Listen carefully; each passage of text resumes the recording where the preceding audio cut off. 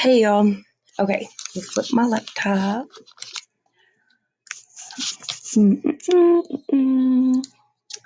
And there we go. Okay, so we are actually going to start the last section that we do in elementary algebra. This section, it's 13.6. What we're going to use in 13.6 is the zero factor property. Zero, quite, self-explanatory. It's going to have a zero in it. You have to have a zero in order to use this property. And then factor. So we've learned that if we have like those sets of parentheses, those are factors, right?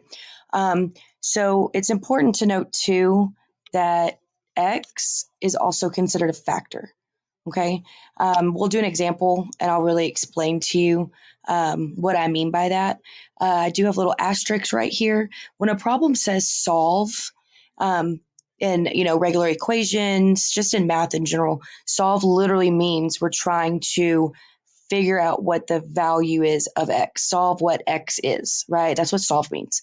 And then my other asterisk is that quadratic form, which we've used for the AC method, which is ax squared plus bx plus c. So this is what we've been seeing, right? And we know how to do the AC method. I even also taught y'all the shortcut, which is using the same, thought process as the AC method. The only difference now is it's going to be set equal to 0. Since it's set equal to 0, we can use the 0 and then, let me do this one. We can use the 0 factor property, right? Factors set equal to 0. What we're actually going to do when we have factors set equal to 0 is we're going to set each factor equal to 0. And then basically it just becomes these little bitty equations and you just solve for what x is. You'll have multiple values of x, and that's dependent on the actual degree. So in this example, it's already factored for us. But whenever we do an example like this, where we actually factor it the way we know how, and then we solve it, if you notice, our degree is 2. And so what we'll get is we should have 2 sets of factors by the time we're done. And what you do is you just set each of them equal to 0. It's very important, y'all, that you remember how to pull a GCF, the AC method, difference of squares, and how to FOIL. All of those different methods that we've learned and that we've done up until now in chapter 13 should, can, and will, if that makes any sense, be a part of 13.6. This is just kind of like an all-inclusive, as well as, oh, hey, let's actually solve for what the value is, or values, okay? Okay. And what I mean by solve for what the values are is like it's what makes that equation true, okay? Okay, so let's go ahead and do this first problem. Well, I'll just do like that. Where it says solve, what we have is 2 sets of factors. And my factors are these 2 parentheses. In the first parenthesis, it's 4x minus 9. In my second parenthesis, it's x minus 3. And we have those set equal to 0. So I think like the first, I don't know how many, handful, 4 or 5 problems in the homework, they already have, let's say, a trinomial in factored form, correct? They already have them in parentheses. Those are factored. It's in factored form. What they want you to do is just solve for the value of x. The remaining parts of this chapter is more along the lines of how the problem should look, where it's in the form that we're used to using these methods on to factor, and then you set it equal to 0, okay? So here, what you do when you have factors set equal to 0 is you take each individual factor, right? There's 2 different factors there. We're going to set them both equal to 0. So there's really no need for your parentheses, because what we're doing is we're actually just setting up 2 little equations. Okay, and then what we're going to do is we're going to solve what does my x equal within these factors. So on that left-hand side, we would move our 9, correct? We would add 9 to both sides, and we would get 4x equals 9. Here we would divide by 4 on each side, and we would get x equals 9/4. So that's one of my values of x. The other value of x would be here. We would add 3 to both sides, correct? And we would get x equals 3. So what these values mean, and I won't do this every time, y'all, just because it just could get very time consuming. These are the values that make these factors 0. And so it makes this whole little equation right here true, because right now we're saying this left-hand side is, equal to 0. So we need to find what x's actually make that true. So if we plugged in, say, 9/4, we would have 4 times 9/4, right, minus 9. And then we would have open, it really doesn't matter if you put it here, but I'll go ahead and show y'all. 9/4 minus 3, that button, equals 0. Okay, so working right here, y'all, these would cancel, right? And then what we would have is just our 9, and that's minus 9. And then right here we have 9/4 minus 3 equals 0. When you do 9 minus 9, don't y'all get 0? And then whatever you multiply it to, 0 times anything is just 0. So do you see how that ended up being true? That's kind of why I said it didn't really matter if you input it on that right-hand side, because it was going to be 0 times something. You could go ahead and try 3, and you'll notice that you'll also get 0. And so that's why these are the values of x that make this equation true, and would be what cause it to equal 0, okay? Okay, so let's do the second one. What I would notice here, yes, I do have factors set equal to 0, but if you look at each individual factor, does anything jump out at you, like within the factors?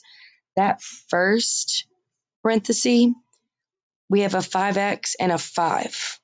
Isn't there a greatest common factor right there of 5? I'm going to show you 2 different ways to solve this one, okay? Isn't there a greatest common factor there of 5? There is, right? So wouldn't we just pull out the 5?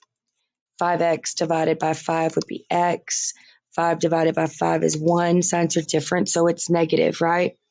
And then here, don't they have a GCF of 2? And if you pull that out, don't we get x plus 4? We have that set equal to 0. Y'all, these are kind of like terms, right? There is not an operation anywhere right here, right? So this is literally all one term. Everything's being multiplied. So what you can do is actually multiply your 5 and your 5 and your 10, your 5 and your 2, and get 10. And then let's go ahead and write our factors.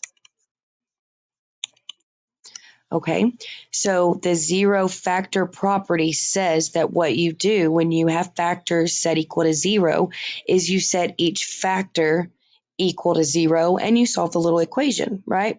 So what you would do here, y'all, is you only set this factor and this factor equal to 0. You do not set this equal to 0. Do you notice how it doesn't have a variable, right? If we did set that equal to 0, wouldn't we be saying 10 equals 0, right? Like that's literally never true, will never be true. And so we would never want to actually write it as if it was true. 10 is just a constant. It's just a number. If you were to pull out a GCF and you get to this point, these are the only things that you set equal to 0, okay? So literally, let's just go ahead and do that. We would have x minus 1 equal 0, x plus 4 equals 0. We would get x equals 1, and we would get x equals a negative 4. Those would be my values, okay?